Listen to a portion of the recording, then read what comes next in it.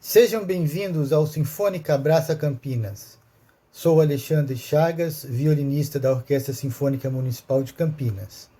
Nesse projeto, a nossa orquestra apresenta os artistas da cidade.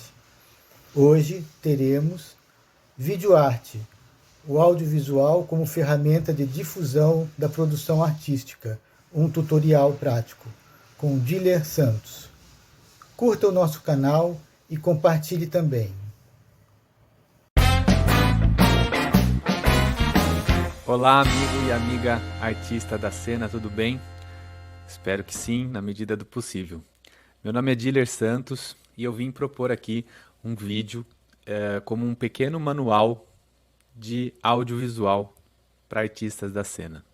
Você que faz dança, música, teatro, circo, performance, está em cena, talvez esse vídeo possa te ajudar nas suas produções em audiovisual. A ideia desse pequeno manual de audiovisual surgiu por conta dessa situação que a gente está vivendo. E a gente está. A arte que dependia do encontro com as pessoas está impossibilitada nesse momento por conta da pandemia. E a gente precisa ter uma maneira de chegar no nosso público, né? Você que faz arte precisa, né, da outra parte que é o público e como é que faz para a sua arte chegar até esse público que antes eram os teatros lotados, as praças, as rodas, as casas de show. E agora acho que o canal internet via vídeo é o canal mais natural nesse momento. E como que eu posso contribuir com esse novo momento, né? Bom, eu faço parte de um coletivo de fotógrafos que fundaram o Trilobita Filmes, é o nosso coletivo. A gente já trabalha junto desde o tempo da faculdade, quando a gente ainda usava câmeras né, com filme, ainda não eram as câmeras digitais e fazíamos fotografia de natureza. Eu sou biólogo e, e depois com as câmeras digitais a gente começou a fazer filmes e fizemos de tudo já, de casamento a batizado, e por questões circunstanciais acabamos nos especializando em registro audiovisual de artistas, clipes de música, registro de peças de teatro, e assim fomos trabalhando nos últimos 8 anos. Se você quiser conhecer um pouco mais do nosso trabalho, encontre a gente nas nossas redes sociais, você vai poder entrar em contato com a gente. Algumas das últimas produções que fizemos, eu sempre guardo com muito carinho a relação que tenho com os artistas, de muita generosidade. A gente aprende muito, se diverte muito trabalhando com isso. E eu sei que esse é um momento difícil para todos, porque a gente está afastado do público, né? Dos grandes encontros que sempre foram aí o motivo dessa arte. Mas tudo bem, estamos aqui, vamos lá, vamos tentar melhorar um pouquinho as nossas produções. É essa a ideia desse vídeo. Quando a gente fala em audiovisual, a própria palavra já diz, né? É uma junção aí de duas coisas, o som, né, no áudio e a imagem visual, né, que chega pelos nossos ouvidos e pelos nossos olhos. Então, para a gente fazer uma boa peça de audiovisual, a gente vai ter que cuidar dessas duas coisas, da imagem e do som. Então, vamos começar com a imagem. O que é isso? Né, quais são os componentes desse setor aí da imagem? Para falar de imagem, a gente vai falar de fotografia, né? A palavra grega fotografia quer dizer algo como escrever com a luz, né? Desenhar com a luz. Para isso a gente precisa de um equipamento que faça isso, que consiga captar a luz do ambiente e prender isso de alguma maneira, registrar isso. Pode ser o seu celular, né? Todos os smartphones têm câmera. Pode ser uma câmera tipo uma GoPro, pode ser uma câmera de uma handcam dessas de gravar a família no fim de semana. Pode ser uma câmera fotográfica com função né, de gravar vídeo, enfim. O equipamento, cada um vai usar o seu. Também não tem assim, né, preciso de um tal equipamento. Não, você vai conseguir fazer boas produções com aquilo que você tem, né? E claro que se você puder um equipamento melhor, né, mais elaborado, ótimo. Mas se você não pode ter, se você não consegue emprestado, não consegue alugar, não, ok, faz com aquilo que você tem, né? E vai dar certo, dá para fazer boas produções. Mas todos esses equipamentos consistem num. É mais ou menos a mesma coisa, né? Por isso que dá para fazer com todos. Porque todos eles têm basicamente os mesmos elementos. Uma câmera fotográfica, ela é um equipamento óptico, conjunto de lentes, né? Pode ser uma ou várias lentes, por onde a luz vai passar, vai ser direcionada no foco em um sensor que vai captar essa luz, né? Antigamente o sensor era um filme de acetato impregnado com substâncias químicas fotossensíveis. Hoje em dia os sensores são sensores eletrônicos que por efeito fotoelétrico, recebem a luz, transformam isso em sinais elétricos que são captados, decodificados e depois armazenados em cartões como esse, um cartão SD ou em HDs, né, nos seus computadores, enfim. A lógica vai ser essa. E aí tem alguns outros elementos, como diafragma e obturador, que a gente vai falar, que nas câmeras fotográficas desse tipo, isso é muito utilizado nas câmeras de celular. Às vezes a gente não percebe, não tem acesso aos controles, mas saber que existe, saber o que eles fazem é muito importante para você conseguir uma imagem de qualidade. Então eu vou começar aqui com os 3 pilares da fotografia. Esses 3 conceitos que a gente vai ver agora, o ISO, a abertura do diafragma e a velocidade do obturador, esses 3 conceitos eles são essenciais para você entender uma boa fotografia, para você conseguir falar, isso aqui vai dar bom, né? Então vamos um por um e aí a gente vai desmembrando essa coisa toda. Isso pode te ajudar na sua produção de audiovisual. Começando com a questão do ISO. O ISO é uma medida da sensibilidade do seu sensor, do seu filme ou do seu sensor eletrônico. Quanto maior o número do ISO, que vai de 50 a 3.200, quanto maior for esse número, mais sensível é o seu sensor. Isso significa que com menos luz ele consegue gerar uma boa imagem, né? Uma imagem luminosa, uma imagem mais clara, como vocês estão vendo aí nessa figura, né? A mesma cena fotografada com diferentes ISOs, você consegue ver essa diferença na luminosidade. Então você diz, legal, então vamos trabalhar com o ISO lá em cima e eu não preciso cuidar da iluminação da minha cena. Não é bem assim, porque quanto maior o ISO, mais sensível fica. Significa que a sua fotografia vai ter que meio que adivinhar o que tem nas regiões que estão escuras, porque não está chegando luz, né? Você está puxando artificialmente a luminosidade, não está chegando luz de verdade. Isso gera um efeito na foto, naquela imagem que foi gerada, que é o ruído. Nessa outra imagem aqui, isso mostra o que acontece numa região escura, tipo um pano preto, né? O figurino do artista está escuro, aquele pano no fundo do palco, na coxia. Qualquer região escura da sua cena, se você puxar o ISO muito para cima, acontece isso.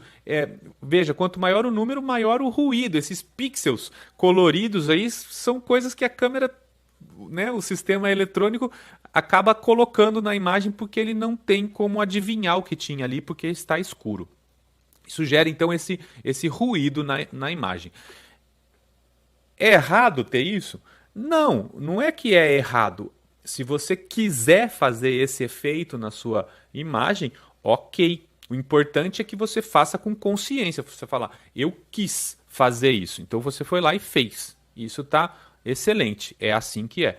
Agora, fazer sem querer que é ruim, né? Eu não queria que tivesse ruído. E como tu faz para tirar?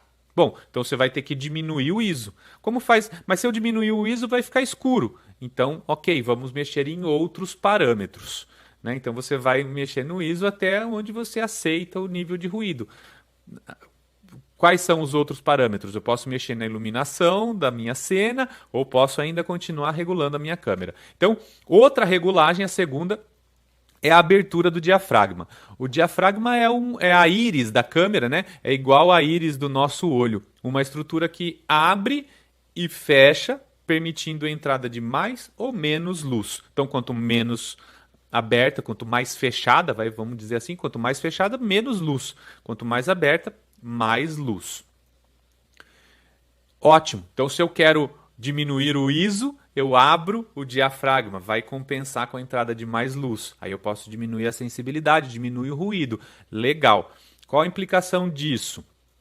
Isso altera também a profundidade do foco, a profundidade do plano focal. Quando você faz uma imagem, as coisas que estão em primeiríssimo plano saem fora de foco. Aí o seu objeto mais para frente no foco. Atrás dele, as coisas estão ainda fora de foco. Quanto maior for a abertura, mais estreito é essa camada da sua imagem que vai estar no foco. Veja nessa foto aqui, nessas duas fotos, né? O fotógrafo escolheu aí, ele fotometrou, elas estão com a mesma luminosidade. Mas uma foi tirada com uma abertura maior e a outra com uma abertura menor. Então repare, a foto da esquerda, ela está com a maior abertura. Olha como o fundo ficou desfocado.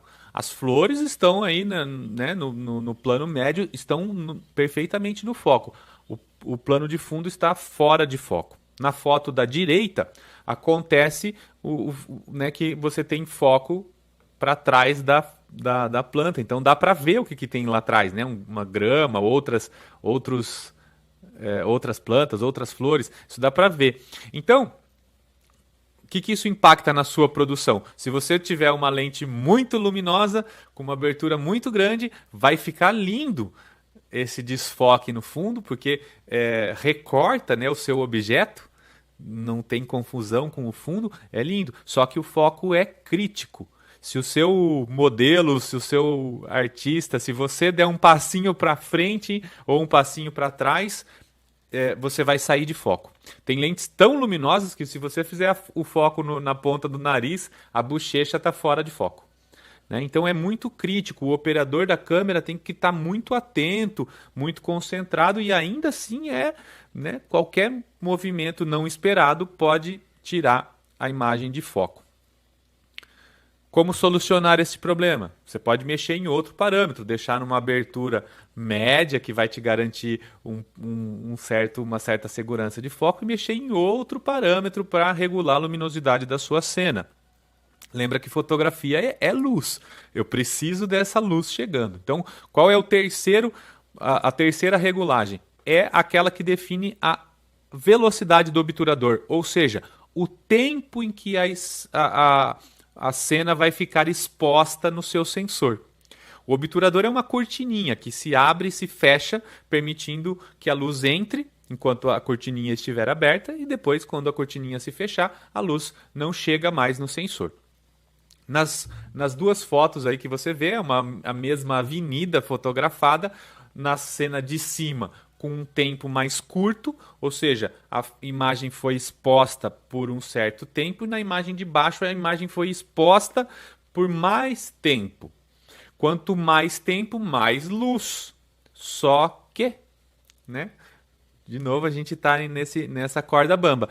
O que acontece? Quanto mais luz, se o seu objeto estiver em movimento, isso vai deixar um rastro na imagem. Veja os faróis dos carros, né? A gente mal consegue ver os carros da avenida, porque eles passaram e o que ficou marcado aí no sensor são só os seus as luzes, né? do farol do carro. Então, É um recurso, é um erro? Não, é um recurso. Se você queria esse efeito, maravilha. Eu fui tirar foto da cachoeira, eu quero aquele efeito véu de noiva. É assim que faz, né? Você aumenta o tempo de exposição, fecha lá a abertura da íris, diminui a sensibilidade do ISO para compensar uma coisa, compensar a outra e faz uma exposição longa. Ok, mas se a gente está falando de vídeo, aí a gente começa a chegar num problema, porque o que é o vídeo? O vídeo nada mais é do que uma série de fotografias encadeada, né? Uma depois da outra. A câmera de vídeo ela consegue captar lá 25, 24, 30 frames por segundo, né? 30 fotografias por segundo. E aí a gente chega num limite do tempo de exposição, que é o limite entre o fim de uma fotografia e o começo da outra. Essa imagem aqui tenta mostrar isso. São 3 linhas do tempo que vocês estão vendo aí, né? Imagine então a linha preta aí é o tempo passando e esses quadrados, esses quadros de cor laranja são o tempo em que o seu filme, o seu sensor está sendo exposto. Na linha de cima, ok, né? Começa, termina, tem um espaço para a câmera processar essa imagem, salvar isso no cartão e começar a fazer a próxima imagem, o próximo quadro. Isso vai acontecer 25 vezes, 30 vezes por segundo. Se você diminuir o tempo de exposição, tudo bem. Né? O que vai acontecer é que você continua registrando em 30 quadros por segundo, só que por menos tempo. Então tem uns espaços entre um quadro e outro em que não está tendo imagem ali, né? Se acontecer alguma coisa nesse intervalo de tempo, você vai perder. Mas é difícil acontecer alguma coisa nesse intervalinho de tempo. Então, se tiver com luz suficiente, ok. Às vezes essas lâmpadas de LED que a gente tem na nossa casa, né? Elas têm uma frequência de luminosidade, né? Ela não, a gente vê essa lâmpada acesa, mas ela não está acesa o tempo todo. Na verdade, ela está acendendo e apagando, numa frequência muito alta. Lá, né, aqui na rede doméstica é 60 Hz, 60 vezes por segundo. O problema de você diminuir muito o tempo de exposição usando essas lâmpadas é que pode rolar um sincronismo, né? A lâmpada acende, apaga e aí a sua câmera expõe o sensor. Fecha o obturador, a lâmpada acende, apaga, a câmera expõe a imagem. Ou seja, a câmera está pegando sempre os momentos que a lâmpada está apagada. E isso vai gerar uma imagem escura, mesmo que o ambiente esteja iluminado. Como que foge disso? Muda a lâmpada, muda o sistema de iluminação, vai para o mundo lá de fora, usa uma lâmpada daquelas de filamento, uma lâmpada antiga. Isso pode ajudar você a sair desse efeito de ficar escuro, ficar claro, ficar escuro, ficar claro. Aqui, onde eu estou gravando, é a sala da minha casa. Os meus filhos assistem aula online aqui, a minha esposa trabalha aqui, eu trabalho nessa mesa. E aqui tem iluminação de LED. Então, se você estiver olhando linhas na horizontal passando por esse quadro, é isso que está acontecendo, né? E agora são 7 horas da manhã, a luz do lado de fora que vem dessa janela que vocês estão vendo no reflexo, ela ainda não é uma luz muito eficiente, né, para me iluminar aqui. Eu estou gravando nesse horário por o segundo fator do audiovisual, que é o áudio, né? Nesse horário eu tenho menos barulho aqui na minha casa. Então isso é uma coisa que você vai ter que pensar na sua produção também. Outro problema com o obturador é que se você aumenta demais o tempo, chega uma hora que existe um limite, que é o fim de um quadro e o começo do próximo. A terceira linha do tempo que vocês estão vendo aqui, ela não é possível, fisicamente possível, né, de ter sobreposição de quadros. Então, se você está filmando em 30 quadros por segundo, você não consegue expor cada quadro por um tempo maior do que 1/30 segundos.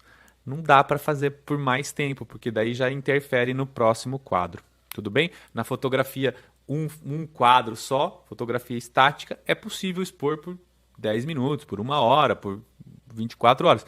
Mas na fotografia de cinema, de vídeo, né, em sequência, não é possível, pelo menos não é simples de fazer. Se eu precisar de mais luz, eu não posso aumentar o tempo de exposição. Então, como é que eu faço? Vamos mexer no que sobrou, na iluminação, né? Eu vou iluminar a cena. Como que eu faço para iluminar a cena na minha casa? Você pode usar tudo que você tem aí, né? O abajur do seu quarto, a lâmpada da sala, põe barreiras, faz sombra, tem muitos recursos, você pode usar a sua criatividade. O importante é que você crie a atmosfera de luz que você queria criar, né? De novo, não tem o certo ou o errado, né? O que tem é você conhecer a luz e manipular a luz a seu favor. Então, você quer uma luz de frente, você quer de lado, você quer criar uma atmosfera de romântica, de suspense, de terror, uma tensão, né? No teatro a gente faz um foco em cima do ator aqui, ou então não, ilumina todo mundo, faz um contra, né? Muda, manipula as cores. Tem muitos recursos de luz, os técnicos estão aí para isso, eles, né, também precisam trabalhar, então vamos fortalecer essa rede. Estamos longe dos teatros, mas a gente precisa desses profissionais que façam esses desenhos, mesmo com as coisas caseiras. Então vamos nos contactar, né? E o importante é que você faça daí da sua casa o seu melhor, né? Então é possível fazer, é possível, tem muitas possibilidades, muitos recursos. E não tem uma receita. A luz artificial tem esses problemas de oscilar, tem problema né, de custar caro, né? Qual é a solução para isso? Você pode usar luz natural, nada te impede de ir para uma janela ou ir para o meio externo da sua casa, ir ali no quintal, ir na praça, na frente de casa e fazer a sua cena ali, usando luz natural. A luz natural, ela também precisa ser pensada. Na foto de cima aqui, você vê aí né, as pessoas com uma casinha ao fundo, num pôr do sol. Essa luz do pôr do sol e do nascer do sol, eu sei que nascer do sol é mais raro, né, da gente presenciar. Normalmente já é o fim do dia de trabalho, da madrugada de trabalho. Mas o pôr do sol tá aí, né? E é uma luz muito bonita, uma luz quente, com cores quentes, né? Uma laranjada e tal. Os fotógrafos amam essa luz, a luz dourada, né?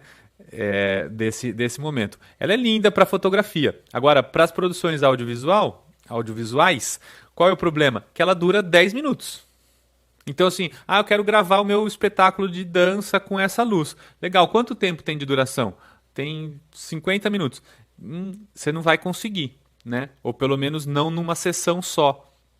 Porque em 15 minutos está de noite já, anoiteceu. Então o que você vai fazer? Gravar durante 10 minutinhos, hoje, aí amanhã você grava mais 10 minutinhos. E amanhã nublou, já é outra luz. E depois de amanhã choveu, já é outra luz. Então você vai ficar dependente disso. É possível fazer? Claro que é. Mas você tem que saber que, né, você não pode precisar entregar o vídeo para o seu edital em 3 dias, que vai dar ruim, né? Você vai acabar se perdendo.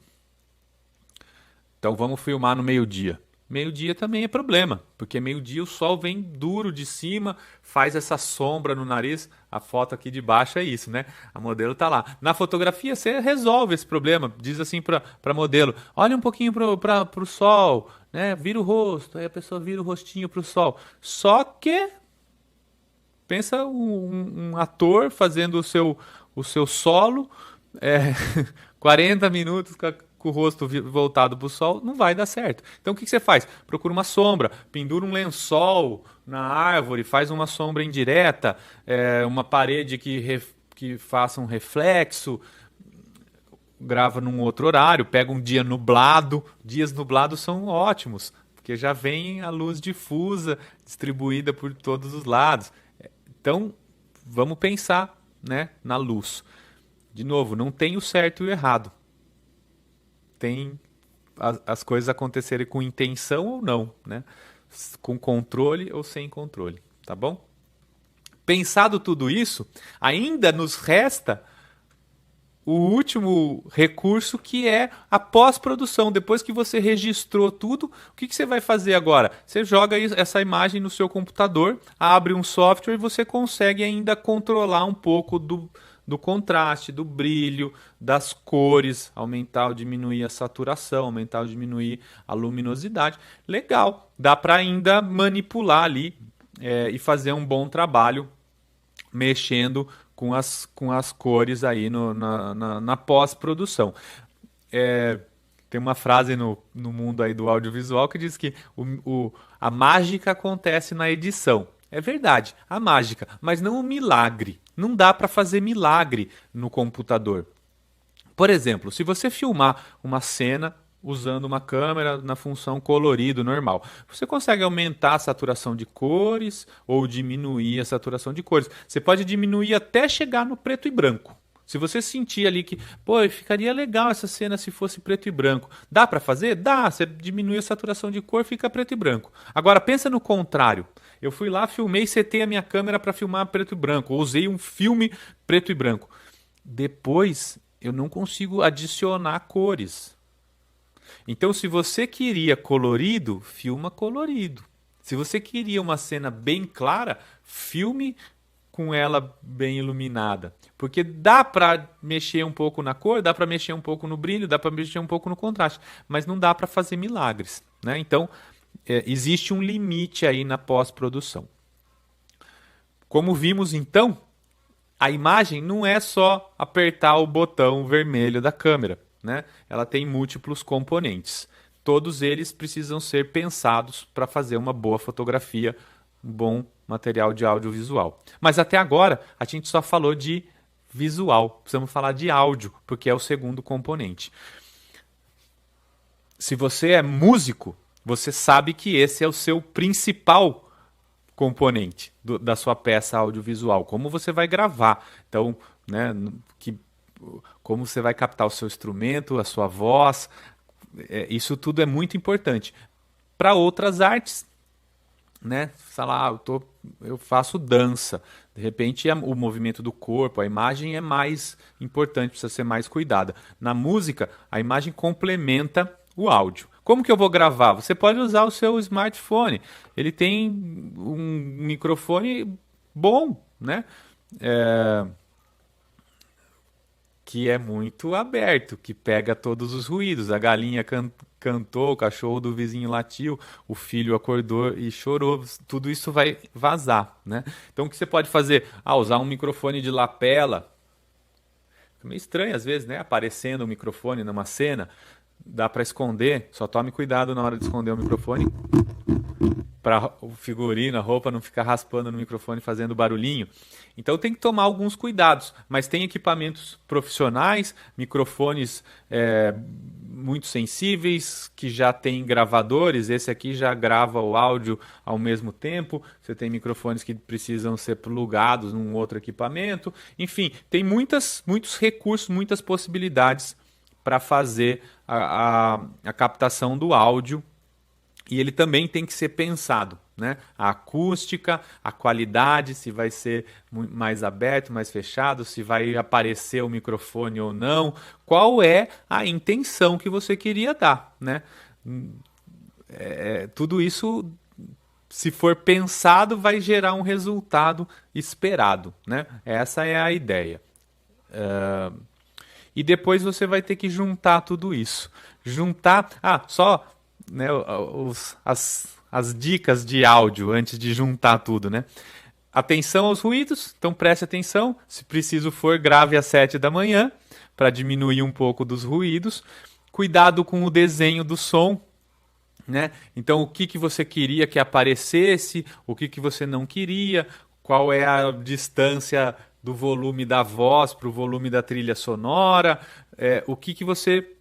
Né? Essa mixagem. Para isso dar certo, é importante que você pense, por exemplo, em gravar com mais de um microfone ao mesmo tempo, em mais de um canal, né? Então, os músicos gravam o violão num canal, a bateria no outro, de tal maneira que depois você consiga dar um pouquinho mais de volume nesse instrumento, tirar um pouquinho no outro. Se você gravar com um microfone só, o que tá lá, né? Putz, o trompetista ali tem um pulmão que Pelo amor, hein? Mandou por cima de todo mundo. Pronto, não vai dar mais para corrigir. E por último, o copyright. Se você está usando uma trilha sonora que não é sua, você tem que ter o direito de usar. Procurem sites de músicas free ou contratem compositores para fazer a trilha. Não vá usar a música do Michael Jackson, que a plataforma, o YouTube, vai derrubar o seu vídeo. Junte tudo isso em um programa de edição. Tem muitos por aí no mercado, alguns gratuitos, alguns pagos, alguns fáceis de aprender com poucos recursos, outros difíceis de aprender com muitos recursos. Então você vai ver quanto tempo você tem para se dedicar e para aprender esse programa. E é aí que a mágica vai acontecer. Você vai juntar a imagem e o som e vai ter uma peça de audiovisual. Então, destine um tempo do seu processo criativo para aprender um programa de edição que vai te permitir fazer transições, fazer cortes, emendar pedaços e no fim você ter uma peça mais bacana para mandar para uma plataforma e chegar até o seu público. Eu espero ter ajudado com esse vídeo e torço muito para que dê certo para todo mundo. Fiquem bem, se cuidem e até.